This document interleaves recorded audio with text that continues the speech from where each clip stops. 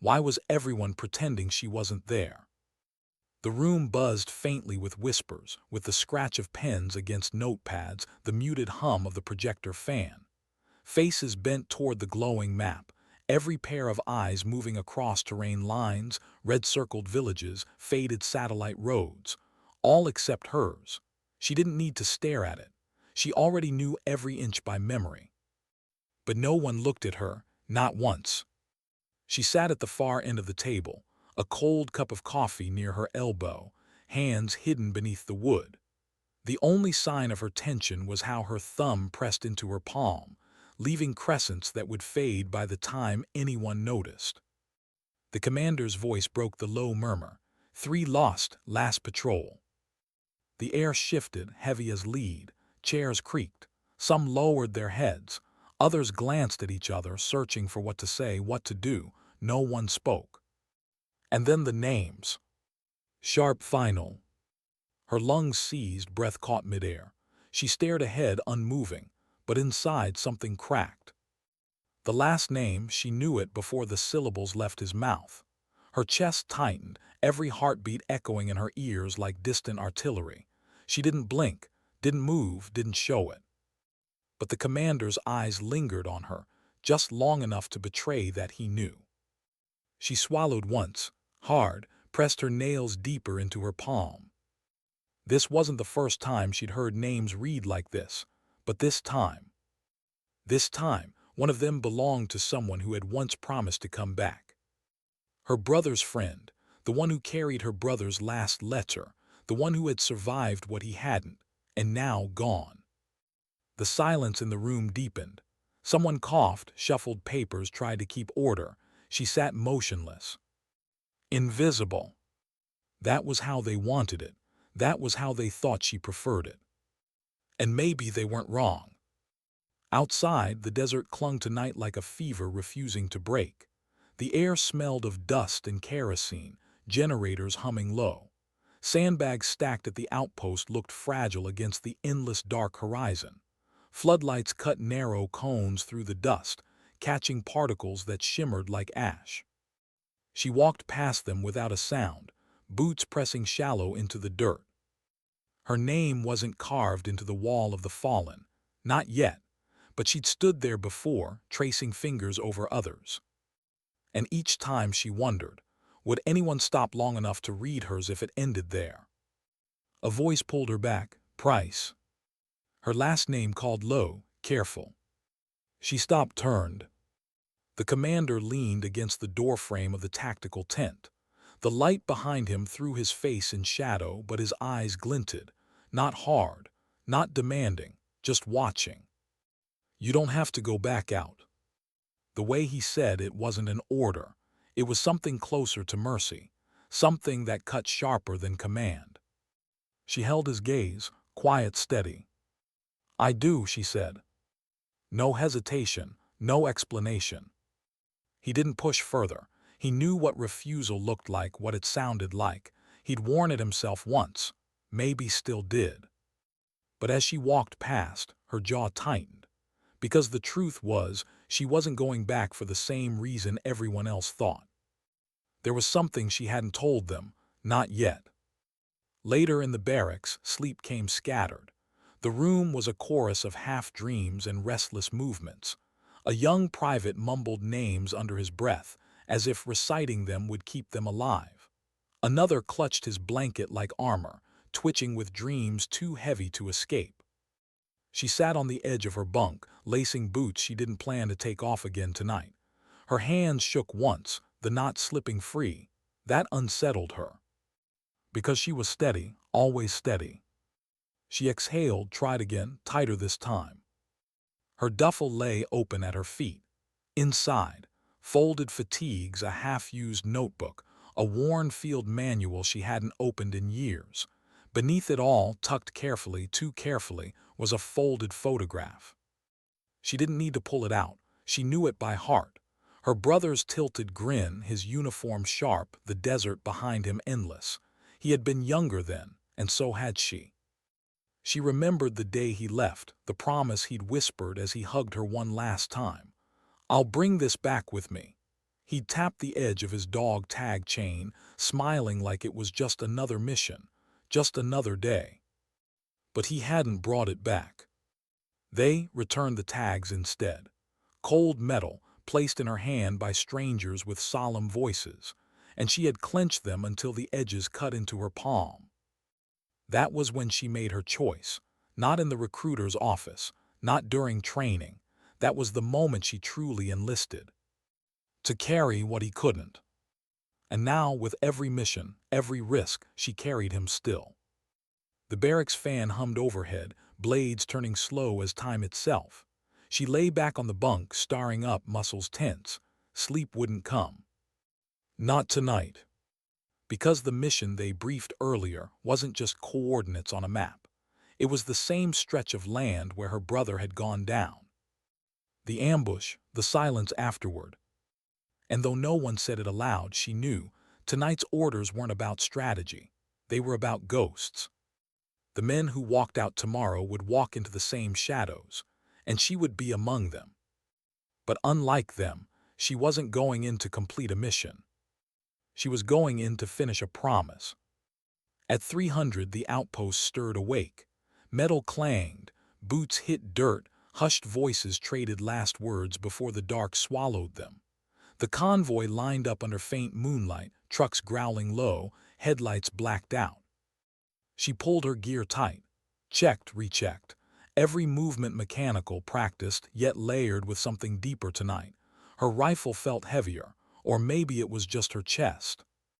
The private who had mumbled in his sleep now stood beside her, jaw set, trying not to show his youth. He caught her glance, gave a quick nod as if that small gesture could hold back fear. "First time out?" she asked softly. He hesitated, then nodded once. She studied him, too young, eyes not yet dulled. She wanted to tell him it would be fine, wanted to say the words she never believed herself, but instead she tightened the strap on his vest. "Stay close, don't rush, listen." He nodded again, harder this time, grateful. It was enough. She climbed into the truck, the steel seat cold even through her fatigues. Engines roared, one after another, a chorus of resolve rolling into the night. As the convoy moved, she pressed her back to the seat, closed her eyes for a moment. She could hear her brother's voice, laughing, steady, reminding her of things simpler than this. For the first time in weeks, she let herself whisper his name, just once. The night swallowed it whole. They drove for hours through silence broken only by the grind of tires over gravel, the occasional crackle of radio static. Every mile deeper, the desert seemed to close in tighter, the horizon shrinking into shadows.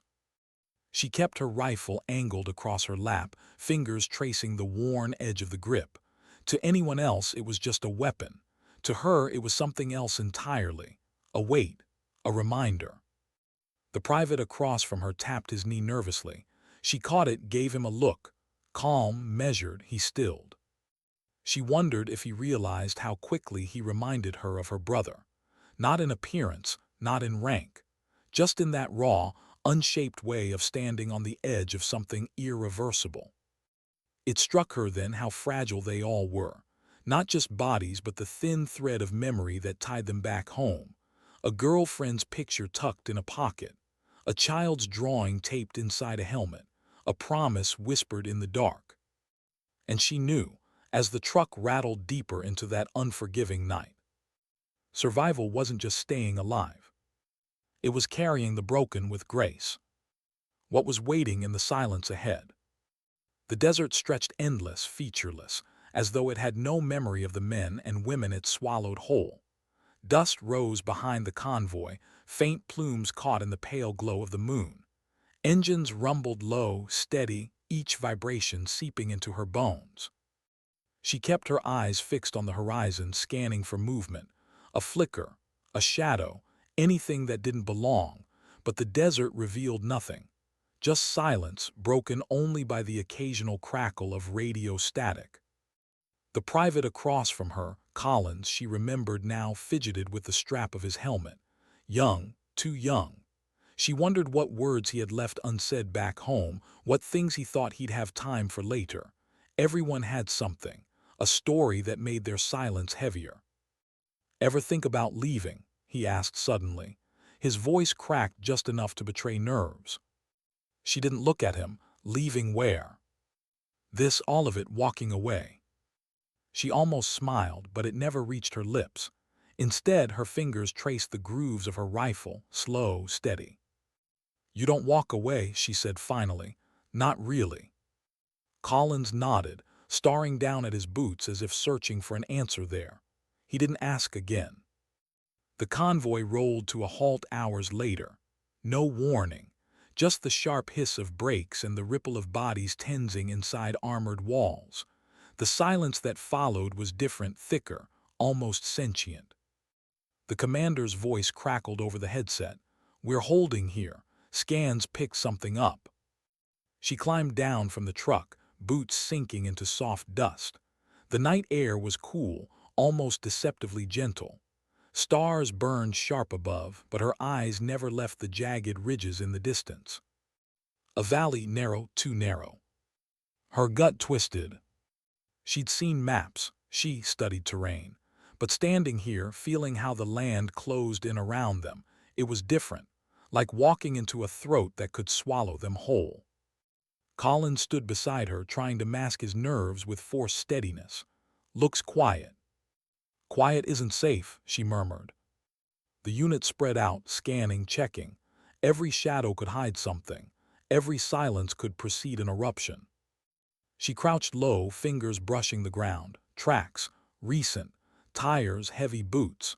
She followed them a few paces, her breath shallow, each step carrying the echo of memory. It was here, she was sure of it now. This was the valley.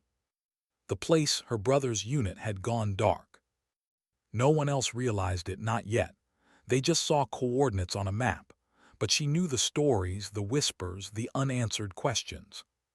Her hand trembled once before she steadied it on the rifle. She couldn't tell them, not now. If she did, they'd see her not as steady but reckless, personal, dangerous. So she carried it in silence. The commander approached, his face unreadable. "We'll move at first light." She nodded once. No argument, but her eyes flicked back to the valley walls, jagged silhouettes like teeth. He studied her longer than he should have, almost as if he could read the part of her she hadn't spoken. Then he turned, walked away. She wondered if he knew, if he suspected. The hours crawled.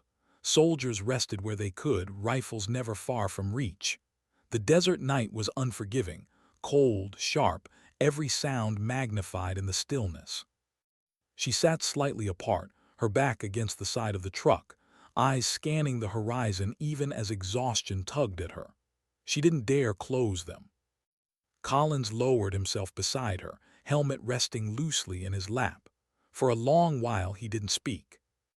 Then softly, "You ever lose someone out here?" Her chest tightened. She kept her gaze fixed forward, but her voice betrayed something raw. "Yes." He waited for more, but she gave him nothing else. Just that single word. It seemed enough. He leaned back, exhaled. "My brother too. Afghanistan, different valley, same silence." Her eyes flicked to him then. The shadows under his eyes, the way his fingers tapped his helmet absently. He wasn't just nervous. He was carrying something heavy. For the first time that night, she let herself nod, not for herself, but for him. "Then you already know. Quiet doesn't last." He met her gaze, and for a moment, neither of them felt invisible. First light came slowly, bleeding across the horizon, painting the sand in muted golds. The valley ahead seemed calmer in daylight, almost innocent. But she knew better. Engines roared again, one by one, the convoy moving forward. The tires crunched over gravel, echoing against the valley walls. The air felt too still. She gripped her rifle tighter. Every sense on edge. Every muscle braced. The private muttered a prayer under his breath, just low enough to be mistaken for static. Others scanned windows, ridges, anything. But the valley remained silent. For now, Then it happened. The sound was distant at first, metal striking metal, a hollow clang that didn't belong. Her head snapped left. A glint, sun catching on something buried. "Stop," she shouted, louder than she meant to. Too late. The explosion ripped through the front vehicle, shattering silence, fire blossoming like a cruel sunrise. The shockwave threw dust, shrapnel, screams into the air. The convoy erupted in chaos. Soldiers ducked, scrambled, weapons raised. Radios screamed with broken orders. She was already moving, pulling Collins down behind the truck as bullets began to crack from the ridges above. An ambush. Her ears rang, dust choking the air, vision blurred. But muscle memory took over, steady, always steady. She rose, sighted, fired. The recoil slammed into her shoulder, grounding her. 1, 2, 3, movement stilled above. But more shadows flickered across the rocks, too many. Collins' hands shook as he fumbled his rifle. She grabbed it, shoved it back into his grip. "Breathe. You know what to do, trust it." He nodded, eyes wide, sucking in air like a drowning man. But he lifted the weapon, steadied, fired. Her own rounds echoed his. Dust kicked, bodies fell. But still they came. The commander's voice crackled, broken, urgent. "Hold your ground, don't break." She pressed her back to the steel, heart hammering, breath ragged. This wasn't just a firefight. This was the valley repeating itself. The place her brother had fallen. And now, she realized with a chill, she was standing in the same silence that had swallowed him whole. Her vision blurred for a second, memory overlaying reality. She saw him, her brother, crouched behind rock, shouting words she couldn't hear. Saw the flash, the dust, the silence that followed. She blinked hard, dragging herself back. Not then, now. Collins shouted something, voice cracking, pointing toward the ridge. A figure moved, lining a shot. She didn't think, just moved. Rose, aimed, fired. The shot echoed, clean, final. Silence for a beat, then the firefight resumed. But Collins' eyes stayed on her, wide, almost stunned. As if he'd just realized the one person no one noticed at the briefing table was the one keeping him alive now. The minutes stretched like hours, each second filled with fire, dust, the metallic taste of adrenaline, but they held, they pressed back. Slowly the gunfire thinned. Shadows retreated, fading into the jagged rocks. The last echoes rang, then silence returned. A different silence. Heavy. She lowered her rifle, chest heaving. Dust coated her tongue, her skin, her memory. Around her, men groaned, called for medics, dragged the wounded to cover. The front vehicle was gone, twisted steel, smoke rising. She forced her legs to move, scanning, searching, counting. 3 down, 4 wounded. She stopped, her stomach twisting. This was how it began last time. The commander's voice cut through the static, low, firm. "Regroup, we're not done here." She turned, eyes locking on him across the chaos. He met her gaze just long enough for something unspoken to pass between them. He knew. He had to. But he didn't say it, not yet. And as the dust began to settle, she realized something. The past wasn't repeating. This time she was inside it. Living it. And survival. Survival wasn't just staying alive. It was carrying those who couldn't. How do you tell the difference between silence and warning? That was the question burning in her chest as smoke drifted into the pale morning sky. The ambush had ended, but its echo lingered, heavy in every breath, every cough, every glance. The ground was littered with shattered metal, scattered shell casings, dust clinging to blood. She crouched by the wreckage of the lead vehicle. Steel bent inward like broken ribs, blackened edges still hissing with heat. The smell, burned fuel, scorched sand, something sharper underneath, wrapped around her throat. Her hand tightened on her rifle, not in readiness but in restraint. Because part of her wanted to strike out, to scream into the rocks, to force the silence to give up the ones who'd caused this. But instead she stood, steady, face unreadable. Always unreadable. The commander approached, his boots crunching over gravel. He didn't speak at first, just studied the wreck, then her, then the men dragging the wounded to cover. His eyes were hard, but beneath them was something else. Something like recognition. Finally his voice came low. This wasn't random. She nodded once. Planned, they knew we'd come this way. He studied her longer, as if waiting for her to add something. She didn't. Not yet. Because what she wanted to say, that this was the same valley her brother's unit had died in, that the same silence had swallowed them, wasn't something she could give voice to. Not here. Not now. The commander's jaw tightened. We move soon, before they circle back. She turned to go, but his voice stopped her. Price. She froze. His eyes met hers, steady, sharp. This place means something to you, doesn't it? Her chest constricted. For a moment she couldn't breathe. But she forced her face still, her voice calm.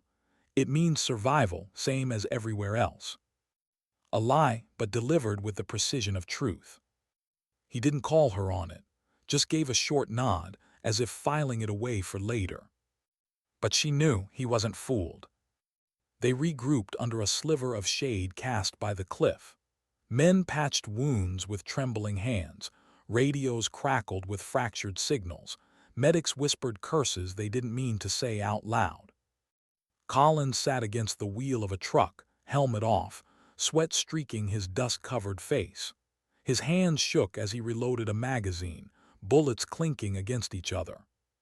She crouched beside him, steadying his hands without a word.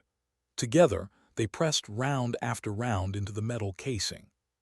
Finally, his voice broke the silence. You saved me.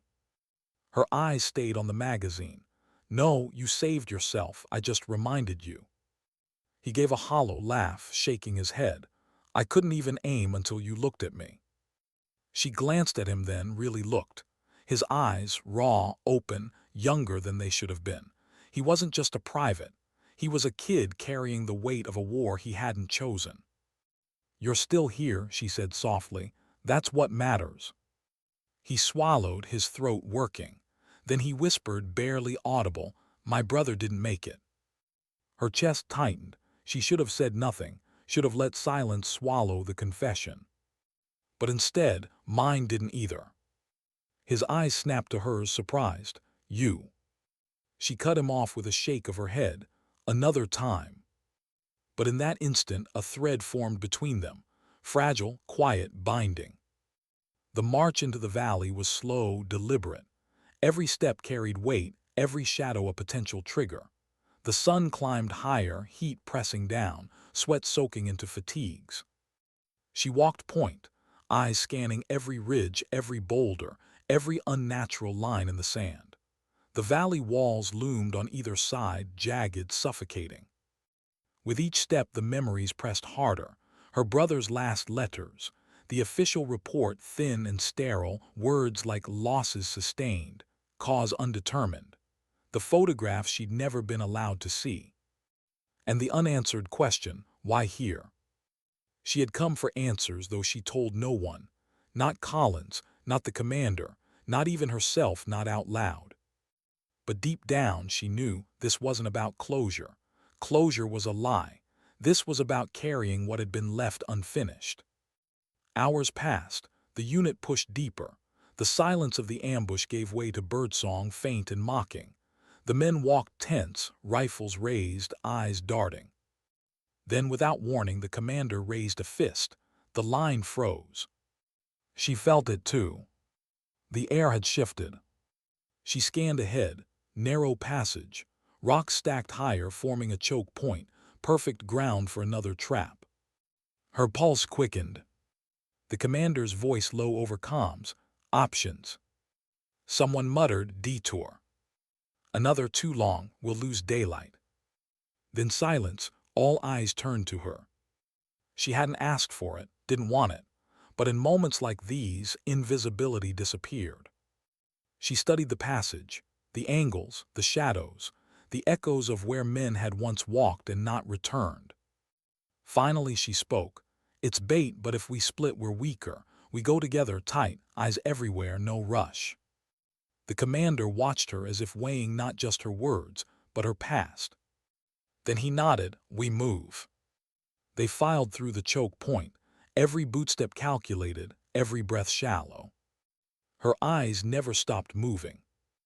Left ridge, right ridge, shadows and crevices. Her heart pounded with memory. She could almost hear her brother's voice carried on the wind, shouting orders that never reached her. Then a sound. Metal faint. She dropped instantly, shouting down. The explosion ripped the air again, but this time it struck rock, detonating too early. Shrapnel rained, tearing the ground, but the unit held cover. Chaos erupted. Gunfire crackled from both ridges, echoes bouncing, impossible to place. She pressed against stone, breath ragged, returning fire in controlled bursts. One shot, two. She saw a figure fall, another retreat. Collins scrambled beside her, eyes wide. "We're pinned." Her mind raced. They couldn't hold here. This was the same play, same trap. History repeating. Unless. She glanced upward, a ridge not fully covered, higher ground, dangerous, exposed. But it was a chance. She turned to Collins, voice sharp but calm. "You see that slope?" He followed her gaze, swallowed hard. "You're not." "I am, cover me." His face blanched. "That's suicide." She gripped his shoulder, eyes locking on his. "Sometimes surviving means more than staying alive. Do you understand?" He hesitated, then slowly he nodded. And she moved. Bullets tore the air as she sprinted, boots kicking dust, heart hammering against ribs. She felt each shot whistle past, each fragment slice close. But she kept moving, hands clawing at stone, pulling herself upward. Every muscle screamed, every memory screamed louder. Her brother's voice shouting, his face flashing, the silence that followed swallowing him whole. Not again. Not this time. She reached the ridge, swung her rifle into position. Exposed, yes. Vulnerable, yes. But she had the angle now. One by one she picked them off, precise, controlled, years of practice narrowing to a single moment. Below, the men surged, breaking from cover, pushing forward. The ambush faltered. Shadows scattered, retreating deeper into the valley. The gunfire thinned, echoes faded. And then silence. But not warning this time. Victory. She dropped to her knees, chest heaving, sweat stinging her eyes. Her hands trembled around the rifle. She didn't notice until she tried to steady it. Below, Collins was staring up at her, wide-eyed, as if she were something more than human. But she was. She was just someone carrying the broken. When she finally climbed back down, the commander was waiting. He didn't speak at first, just studied her, his face unreadable. "Then you knew about this place, about what we'd walk into." Her chest tightened. She held his gaze, silent. Finally she whispered, "My brother, he died here." The words hung heavy, raw, almost foreign to her own lips. The commander nodded once slowly, as if confirming what he already suspected. Then he said something she didn't expect. "Then this isn't just survival for you, it's redemption." Her throat constricted. She wanted to deny it, wanted to reject the word. But deep down she knew he was right. And redemption had a cost. The village was too quiet. She could hear the whisper of wind brushing through splintered shutters. A loose tin roof groaned on its nails. Somewhere, a dog barked once, then nothing. Emma slowed her steps. The team fanned out behind her, boots crunching on gravel, rifles held steady, but every sound felt magnified, too sharp. This wasn't silence. This was waiting. Her chest tightened. Something wasn't right. The interpreter, walking close to her shoulder, muttered under his breath. "No children, no women, they cleared them out." That was the confirmation she didn't want. Her brother's letters had once described villages like this before his final mission. "You'll know the wrong kind of quiet," he had written. "It's the kind that listens back." And now she heard it, felt it. But the others, too young, too eager, they stepped forward, scanning windows, corners, rooftops, but not pausing long enough to hear what she did. She raised her hand, clenched in a fist. "Hold," she whispered. They froze. Eyes darted to her, questioning. A breath, then a scrape of metal. The sharp crack of glass breaking. "Contact," someone yelled. The alley erupted in gunfire. Dust blasted into the air. Bullets tore splinters from wooden doors. Emma dropped low, pulling the interpreter with her, her shoulder slamming against a stone wall. The first bursts whined inches above her head. Her ears rang, but her instincts screamed louder. She wasn't in the kill zone yet, but the team. "Get down," she shouted. Two didn't. One young private froze instead, staring wide-eyed at the sound he couldn't process. Emma lunged, tackling him just as the round cracked past, hitting the wall where his head had been. His breath stuttered against her sleeve. He whispered, trembling, I couldn't." "Stay low," she hissed, dragging him behind a crumbling step. "You're alive, that's what matters." She didn't tell him what else she thought. That survival wasn't just living. It was carrying moments like this, faces like his, carrying them long after. The commander's voice cut through the chaos over comms. "Pull back, west side." But Emma saw it, knew it instantly. West was a trap. The gunfire wasn't random. It was funneled, corralling them. She felt the pull in her bones. "Negative," she snapped back. "West is blocked. They'll bury us there." A pause, then his voice again, strained but trusting. "Call it." Her heart hammered. She pointed east, a narrow lane cluttered with broken carts and a collapsed awning. A dead end, if you didn't know the layout. But she remembered the map. And more than that, she remembered her brother's last words in his final letter. "Don't trust the open road. Look for the cracks." "East," she said firmly. "Go."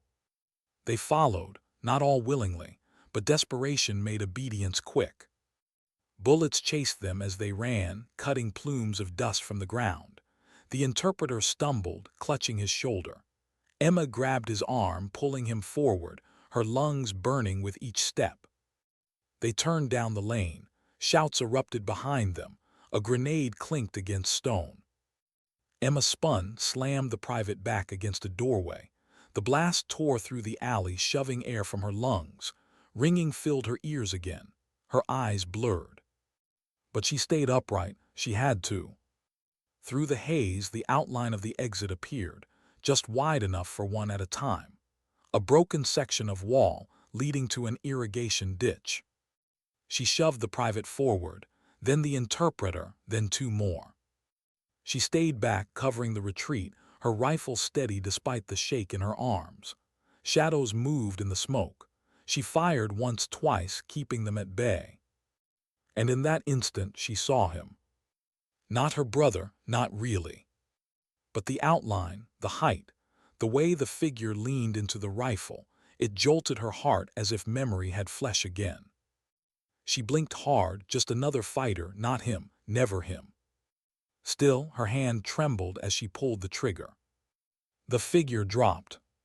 Her throat tightened, but she pushed it down, stumbling through the crack in the wall. They tumbled into the ditch, sliding against wet earth, gasping for air that smelled of stagnant water and mud. The commander was there, pulling one man up by the vest, shoving another forward. His eyes locked on Emma as she crawled out, covered in dirt, coughing. She nodded once, sharp. They're funneling west, they knew the route. His jaw clenched. He didn't ask how she knew, he just believed. "Then they've been listening," he said grimly. The interpreter, clutching his wound, whispered, "Inside men.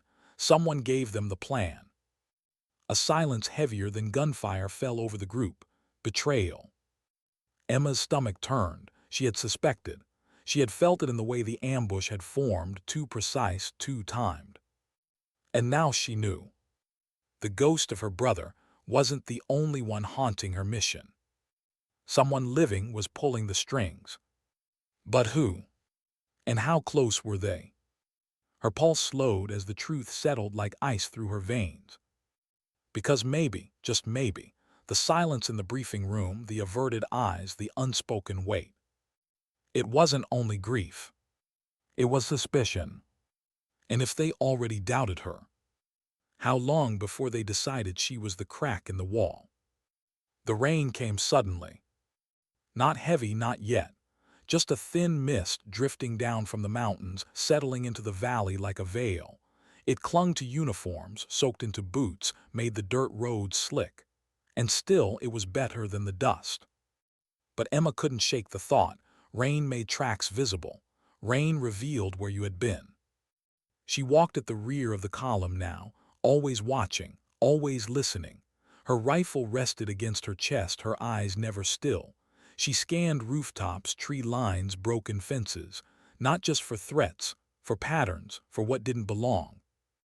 The team had lost its rhythm. Conversations had quieted into mutters, broken only by the crackle of comms or the grunt of a man adjusting his pack.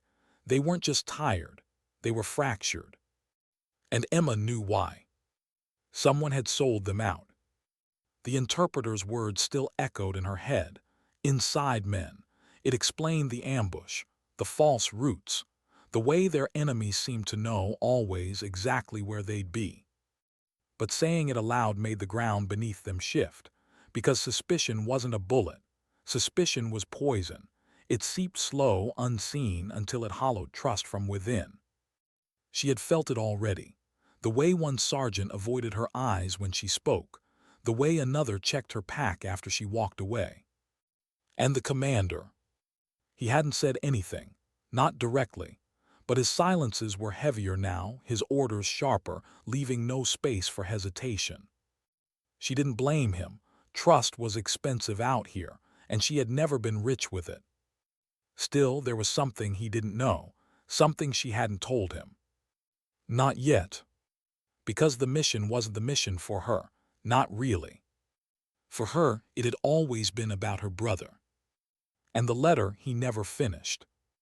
Night came quick, draping the valley in darkness thick enough to swallow sound. They set camp in the ruins of an old schoolhouse, its walls crumbling, chalkboards cracked and broken like forgotten graves. The men lay their gear against the walls, some lighting cigarettes, others leaning their heads back and closing their eyes, but no one truly rested. Emma sat apart, back against the cold stone, her rifle across her knees. She traced the worn grooves in the stock with her thumb, breathing in the damp scent of mildew and ash. Across the room, the commander was speaking quietly with his second. Their faces were shadows in the flicker of a lantern, voices too low to hear. She turned her eyes away. Because even if she couldn't hear the words, she already knew the question. Can we trust her? The thought pressed against her ribs, not because it hurt, but because it was true. She hadn't given them reason to. Not when she kept the letter hidden, folded in the pocket of her pack.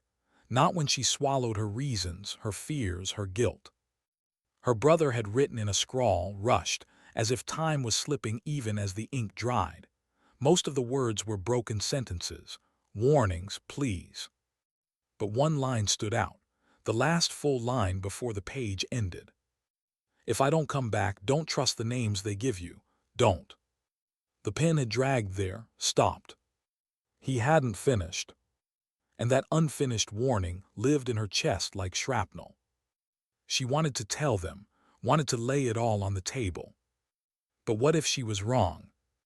What if she spoke, and all she did was plant more poison in soil already weak? So she stayed silent. For now. Around midnight she heard footsteps, not careless, not loud, careful, deliberate. She slid from her spot, moving into the shadows, hand on her rifle. The lantern's light didn't reach this corner. She became part of the ruin. The footsteps drew closer. Then stopped. She held her breath. A shape moved near the doorway. Tall, broad shoulders, the commander. He stood there for a long moment, looking out into the night before finally speaking, his voice low. "You ever think it's strange?" She stayed silent. Every time we lose someone, the silence gets heavier, like they're still here, still weighing us down. He didn't turn to her, didn't need to, he knew she was there. Her throat tightened. Maybe that's what survival is, carrying them. His head dipped, a small nod. Then softer, more cautious. "But what happens when the weight breaks you?" She didn't answer, couldn't. Because she had felt that break already. When the letter arrived. When the name was read at the briefing. When she pulled the trigger earlier and saw her brother's shadow fall in the smoke. The silence stretched between them. Then he said, barely above a whisper, "Stay sharp, Price, something moving we don't see yet, and I need you steady when it comes." Then he left, his boots fading into the distance. She stayed in the shadows a long time after, listening, thinking, and wondering if, when the moment came, her silence would be a strength, or the very thing that destroyed them. The rain grew heavier by dawn. They moved out again, the world around them gray, blurred, as if the land itself didn't want to be seen. Emma's eyes caught movement ahead. A boy, no older than 12, standing on the ridge barefoot, holding something in his hands. A kite. Bright red, tattered. It fluttered in the wind, its tail frayed and broken, its string pulling against the boy's grip. The team slowed, rifles lifted, uncertain. "Hold," the commander ordered. The boy stared at them, expression unreadable. Then he raised the kite higher. Emma's heart dropped. It wasn't just a kite. It was a signal. "Cover," she shouted. But the words came too late. Mortars screamed from the distance, tearing the sky open. The ground erupted around them, dirt and fire blasting into the air. Men dove for cover, shouting, choking on dust. Emma hit the ground hard, her shoulders slamming against stone, her ears ringing. She looked up in time to see the boy vanish over the ridge, the kite trailing behind him like a red wound in the sky. Her chest heaved. Because she knew. Someone had told them again. Their route, their time. Someone close. And now the cracks in the wall were no longer just suspicion. They were breaking wide open. Smoke hung in the air long after the last mortar fell. The schoolhouse was gone. The ditch that had saved them before was useless now, caved in by fire. What remained was silence, broken only by the coughs of men spitting dust, the groans of the wounded, the muted clatter of magazines checked and rechecked by shaking hands. Emma pushed herself upright, lungs burning, ears still ringing. She scanned quickly, one man down, two injured, alive for now. The commander knelt over the wounded, his hands steady, his face tight. He didn't look up when he said, "We move, now, before they box us in again." But the weight in his voice told her what he didn't say, before they finish what they started. Emma's eyes flicked to the ridge where the boy had stood. Nothing now, just wet earth slick with rain. The red kite was gone. She wiped mud from her cheek with the back of her glove, the grit grinding into her skin. It wasn't just bad luck. They had been marked again. And every man here knew it. They moved through the valley in silence, each step heavy, each glance sharp. Suspicion clung tighter than the rain-soaked uniforms. Emma felt it in the way shoulders tensed when she drew near, in the way voices stopped when she approached. The interpreter walked slower than before, favoring his wounded shoulder, his face pale. He caught her eye once briefly. There was fear there, not just of the enemy, fear of them, of what men do when suspicion burns hotter than trust.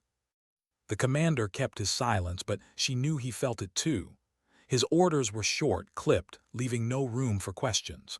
A wall between them now. She wanted to speak, to pull the letter from her pack and lay it in his hands, to say, "This is why I know. This is why it feels wrong. This is why I don't sleep when others do." But she didn't. Because if she was wrong, if the unfinished warning was just her grief-twisting words, then she would be the one who poisoned what little strength they had left. So she carried it alone. Again. By dusk they reached an abandoned outpost, its towers half collapsed, its walls scarred from battles years past. It was shelter barely. The men set watch rotations. Others collapsed against the walls, exhaustion breaking through fear for the first time. Emma stayed on her feet. The commander approached her quietly, his shadow stretching long across the cracked concrete. He studied her for a moment, his eyes searching. "You see it too," he said. It wasn't a question. She met his gaze. Yes. His jaw tightened. Someone's feeding them. The words hung between them like a noose. Finally, he asked the question she had been waiting for. "Do you know who?" Her breath caught. The truth was no, she didn't know. She had only fragments, her brother's unfinished warning, the patterns in their ambushes, the silence that followed every loss. But in this moment, with his eyes locked on hers, she realized something worse. He was asking if it was her. She held his gaze, didn't flinch, didn't look away. "No," she said firmly. He studied her for another long moment, then nodded once. But his eyes carried doubt. And that doubt cut deeper than any bullet. Later, when the camp had quieted, Emma sat with her back to the wall, her rifle across her knees, staring into the dark beyond the outpost. The interpreter approached, moving slowly, wincing at each step. He crouched beside her, his breath shallow. "They don't trust you," he said softly. She didn't respond. He lowered his voice further. "I've seen this before. Suspicion spreads faster than fire. Be careful." She turned to him. "And you, do you trust me?" He hesitated, then gave a faint, tired smile. "You're the only one who pulled me out. That counts for something." Her chest tightened. It wasn't trust, not fully, but it was a thread, fragile and fraying. Sometimes in places like this, a thread was all you had. At dawn, the rain had stopped, leaving the ground slick, the air heavy with the smell of wet earth and smoke. They prepared to move again. As Emma checked her rifle, she caught movement out of the corner of her eye. One of the younger soldiers, the same private she had pulled down during the alley firefight, was watching her. He looked away quickly when their eyes met, but she saw it, the question burning in him. Later, as the column stretched thin along a narrow pass, he drifted back toward her. His voice was low, almost breaking. "Was it you?" The words hit harder than he knew. She stopped, staring at him. His face was pale, jaw clenched, but his hands shook where they gripped his rifle. "You think I'd sell us out?" she asked quietly. His eyes didn't meet hers. They said you knew too much, that you always call it before it happens." Her chest tightened. Of course, that was how it looked, the way she had steered them east, the way she had called the ambush before it came. Knowledge wasn't always a gift. Sometimes it looked like guilt. She leaned close, her voice steady. "I've lost more than you know. That's why I see it before you do, not because I made it happen." He swallowed hard. His eyes flicked up to hers, uncertain. Then he nodded almost imperceptibly. It wasn't belief, not yet, but it was enough to keep him walking. For now. They reached the ridgeline by mid-morning. Below, the valley stretched wide, the river cutting silver through green. Villages dotted the banks, smoke rising from cooking fires, children running through the fields. Life, normal life. It felt like another world. Emma's breath caught at the sight, because this was what her brother had written about, the reason he had stayed long after the fight should have broken him. It's not about the war, it's about the people trying to live through it. She blinked hard, the words pressing behind her eyes. Then movement. Not children, not farmers. Figures along the tree line. Her heart dropped. Another ambush. The commander's voice cut sharp. Positions. The men scrambled, rifles up, hearts pounding. Emma dropped behind a rock, her scope sweeping the tree line. Shadows shifted, then disappeared. And in that silence, a single realization struck her harder than the ambush itself. They weren't waiting for them here. They were driving them, hurting them again. And this time it was into the open. Her chest tightened, her grip on the rifle steady despite the tremor in her veins.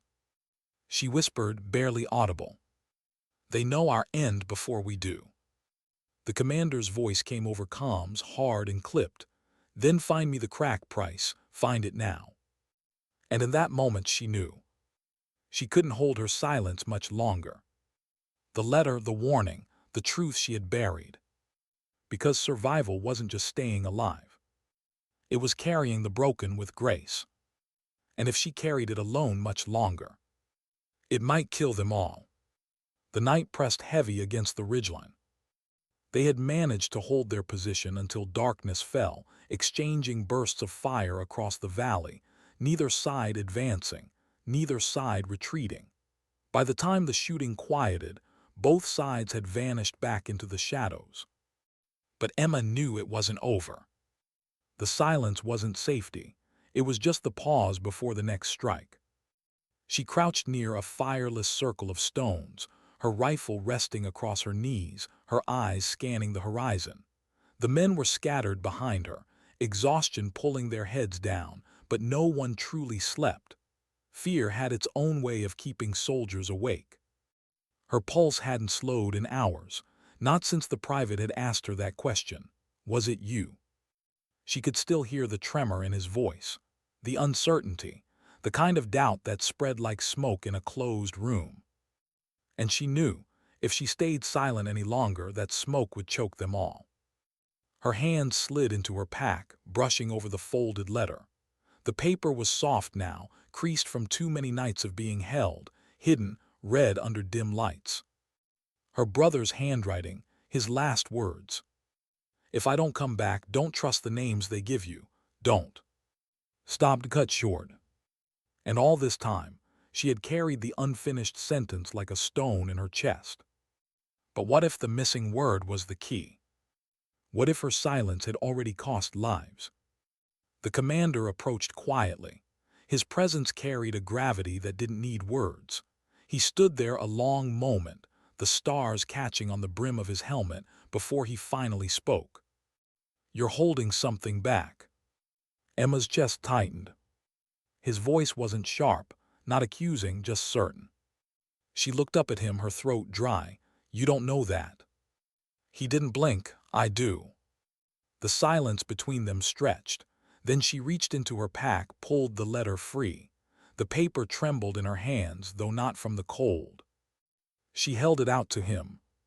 He took it, eyes narrowing as they scanned the broken words. His jaw tightened as he read the last line, the warning cut short. When he looked back at her, his expression was unreadable. "This is why you've been different." Her breath caught. "It was my brother's. He wrote it before he didn't come back. I thought if I told anyone it would only plant more doubt. But now—" Her voice cracked. She forced it steady. "Now I think not telling has done more damage than the truth ever could." The commander folded the letter carefully, pressing the crease. His eyes softened for the briefest moment. "I lost someone too," he said quietly. "Different war, different time. I know what silence does. It eats you alive." Emma swallowed hard, her eyes burning. Then his voice hardened. "But listen to me. If this is true, if someone on the inside is feeding them, then we can't afford shadows anymore. We need light, all of it, even if it blinds." She nodded slowly, her chest aching with both relief and dread. Because now, the weight wasn't hers alone. At dawn, the team gathered. The commander stood before them, the letter in hand, his voice carrying steady over the weary faces. "This came from Price's brother, before his last mission, a warning we can't ignore." Murmurs rippled. Eyes darted to her, some sharp, some uncertain, some almost relieved that there was finally an answer to the unspoken suspicion. The commander continued. Someone is feeding the enemy. I don't know who, I don't know how close. But what I do know is this: doubt kills faster than bullets, and we don't have room for either. He looked around the circle, his gaze steady. So from this moment there are no secrets. Not about our roots, not about our plans, not about each other. We either carry this together or we don't carry it at all. The silence that followed was heavy, but it wasn't empty anymore. Emma felt it. For the first time in days, the silence carried weight that wasn't suspicion. It was resolve. Still, she caught the glance of the young private. His eyes lingered on her, hesitant, uncertain. The doubt wasn't gone, not fully.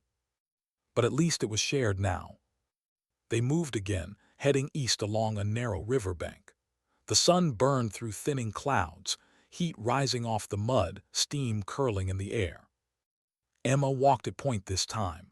The commander had placed her there deliberately, trust visible, undeniable. Every step forward was a test, of herself, of them. And then she saw it. Tracks. Fresh. Not the kind left by villagers, too deep, too ordered, boots multiple. Her chest tightened. She raised a hand. The team froze behind her. She crouched low, tracing the imprint with her glove. The rain hadn't blurred it. Whoever left this had passed only hours ago. She glanced back at the commander. They're ahead of us. His jaw tightened, or waiting. The private muttered under his breath, just loud enough. How do you always know? Emma's eyes met his. She didn't answer, not with words. She let her silence hold. Because explanations weren't enough anymore.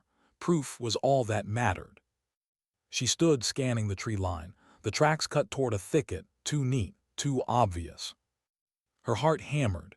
This was it, the crack in the wall or the collapse. She drew a slow breath. Not the thicket, that's the funnel, they want us there. The commander's eyes narrowed. He studied her, then gave a sharp nod. We skirt wide, uphill. The men followed, tension high, every glance cutting sideways at the trees. Minutes stretched, each step dragged. Then, the ground exploded where the thicket lay. A minefield. Emma flinched, dirt spraying into the air, her ears ringing again. Shouts rose, rifles lifted.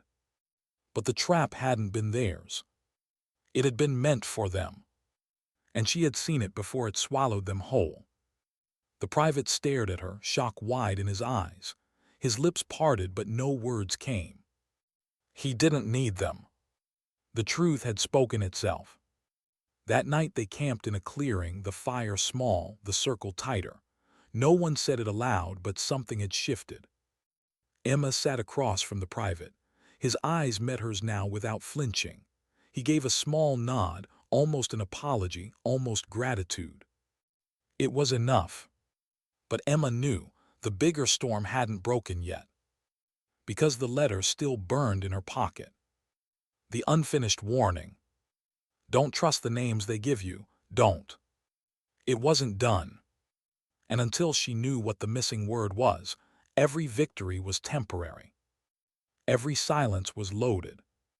Every face still held the possibility of betrayal. And the closer they drew to their destination, the clearer it became. The traitor wasn't far. The traitor was among them. The jungle air was heavy, with the scent of rain-soaked earth. They were close now, too close. Emma could feel it in her bones, the mission's edge, the moment where everything either sharpened to victory or splintered to ruin. For days their route had been plagued with whispers, tracks too fresh, paths too conveniently cleared, enemy fighters that always seemed one step ahead. Yet they hadn't been destroyed, not fully, as if someone wanted them alive just long enough to walk into something larger. Her silence had broken, her truth had been spoken. The letter was no longer hers alone. But the final piece still burned unsolved in her pocket. Don't trust the names they give you, don't. The missing word haunted her like a shadow she couldn't chase. They reached the old radio tower by dusk. It stood like a skeleton against the skyline, its rusted frame tangled in vines, metal creaking with every push of wind. From its height, they would be able to signal for extraction, if the lines weren't compromised. The commander raised a fist, halting the group. Perimeter first, then we move in. Emma scanned the clearing, her rifle steady. Something about the silence pressed too hard, like the jungle itself was holding its breath. Her eyes narrowed. A bird darted from the trees, then vanished into the branches again. No second cry, no flutter, just gone.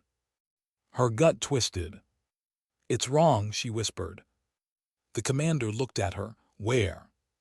She pointed to the far slope. "There should be more sound.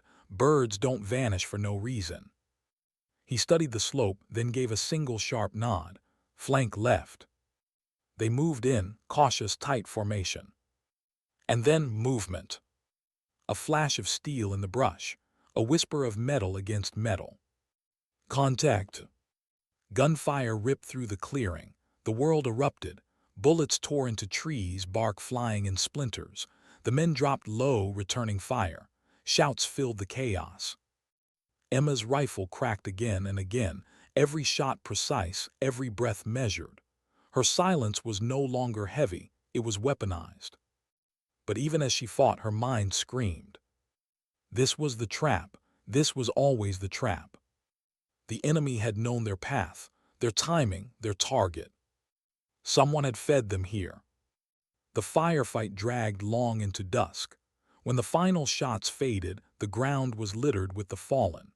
The survivors pulled back into the tower's shadow, chests heaving, faces pale with exhaustion. Emma wiped sweat and dirt from her brow, her rifle still warm in her grip. The commander's jaw was tight, his gaze sweeping their circle. "One of us did this." The words were heavy, undeniable.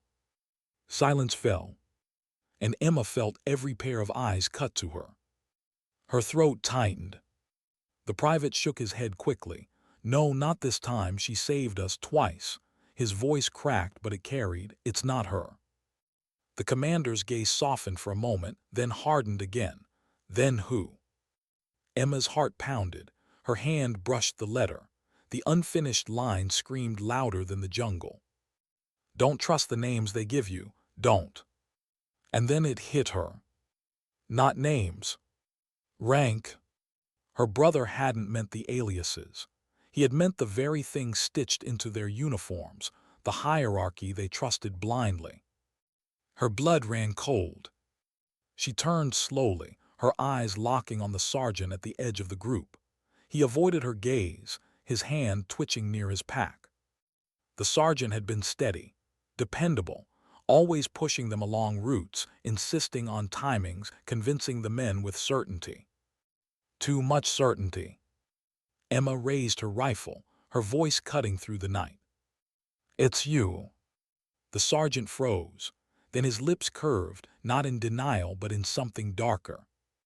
"You always were sharper than the rest," he said quietly. "Took you long enough." Gasps rose, rifles lifted. The commander's voice was thunder. "Why?" The sergeant's eyes glinted in the dim light. "Because wars aren't won by loyalty. They're won by leverage, and I knew they'd pay more for you alive than all of us dead." Emma's chest tightened. Alive. It hadn't been about the team, not the mission. It had always been about her. The sergeant had sold her silence. The standoff was seconds from eruption. The commander's rifle was steady, his voice cold. "Drop it." But the sergeant only smiled. His hand twitched toward his pack. Emma didn't think, she didn't breathe. Her shot rang out. The sergeant crumpled before his weapon cleared the strap. The silence that followed was deafening. Her rifle shook in her hands, not from regret, from the weight of what silence had built, what silence had cost, and what breaking it had saved. They burned the sergeant's pack that night, the flames swallowing the evidence, the lies, the betrayal. No one spoke much. The men were hollowed out, carved raw by the revelation. But no one looked at Emma with doubt anymore. The commander sat beside her near the fire, his voice low. "You did what had to be done." Her eyes burned with unshed tears. My brother tried to warn me. I didn't understand. He placed a hand on her shoulder, steady and firm. You understand now, that's what matters. Emma nodded, her gaze fixed on the flames. The unfinished letter was still in her pocket, but it no longer felt like a chain. It felt like a torch. At dawn, the extraction helicopter roared overhead. The team climbed aboard, one by one, boots thudding against the steel floor. Emma was last. She paused, looking back at the tower, the jungle beyond, the place where her silence had ended and her voice had finally risen. She stepped inside. The commander gave her a nod as the doors slammed shut. The private gave her a look that was almost reverent. And for the first time in what felt like a lifetime, Emma allowed herself to breathe. The war wasn't over, the battles weren't done. But she had carried the silence as far as it could go. Now she carried something else. Truth. And though the world outside still roared with chaos, though the horizon still burned with wars unending, Emma Price, the woman they had once doubted, the soldier who had held her silence like a shield, sat in that helicopter with her head high. Because sometimes silence saves you, but breaking it saves everyone else.